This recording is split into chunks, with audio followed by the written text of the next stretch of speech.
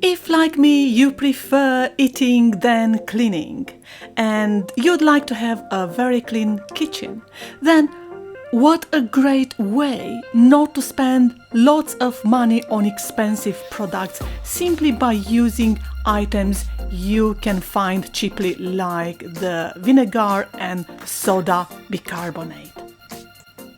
You might have used soda bicarbonate in the past in whitening your clothes or cleaning your tennis shoes or even whitening your teeth as a child, as taught by our great parents. Well, adding vinegar, it changes this composition and it creates an amazing paste. And this paste is great for being used on greasy cabinets, knobs or woodwork, on mirrors, tiles, fridge and even on the cooker, although you might have to leave it overnight inside the cooker as the cooking heat hardens the grime. It is important to remember to create this paste in a glass container and not metal or anything else, in order to mix your components, which is basically an acid and a base.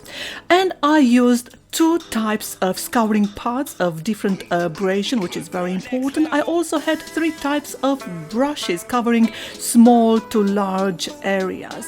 Besides that, you need to have gloves because of the acidity of the vinegar, and I also used a mask because I noticed afterwards I started getting dizzy. So the fumes really affected me, and until now I'm trying to get better, also because I have got a vertigo.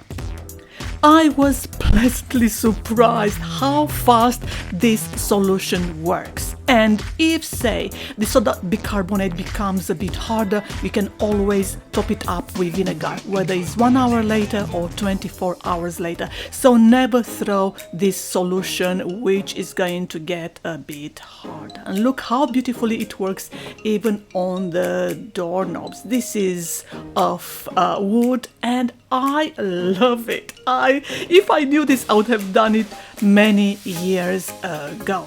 Now, for cleaning the windows, you need a vinegar solution, and my system involved using this foam cleaning spray, which was empty. I put water, and 1/5 was vinegar. So again, this is how it looks before, and you'll see later on how it looks after.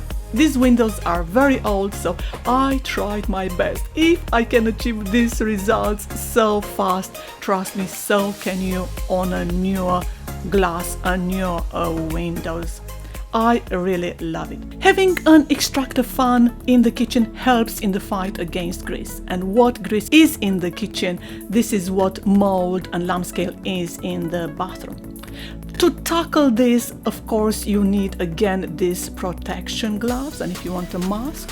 And the process is very simple. You need a solution for the mold and another solution for the limescale. So add this into some tissue which you can twist around the, say, the tops. If you have got both limescale and mold as I do, I tried my best. But in London we have got very hard water, so the limescale, it tends to form on a weekly basis. It's just crazy. I cleaned the surface there in the background in the past, and again it formed this mold and the limescale. You pour this solution and then put the twisted tissue in order to keep the solution in place. As concentrations differ from country to country or from company to company, you'll find that some solutions are very diluted, so you might want to apply this even 24 hours later. So might not work from the first time, you have to keep trying, and if in the end you see no result, then change to a different product. Now, in order to deal with the marks on the walls, I used this very simple method. I used a rubber, which I got it from my school days, and look how beautiful works to remove the lines on the walls. You might also want to use a primer if the walls are white. I had mine from my craft projects, if you saw my other projects, and it's as simple as that. Who would have thought? These methods at our fingertips. As ever, thank you for watching. Have a nice day.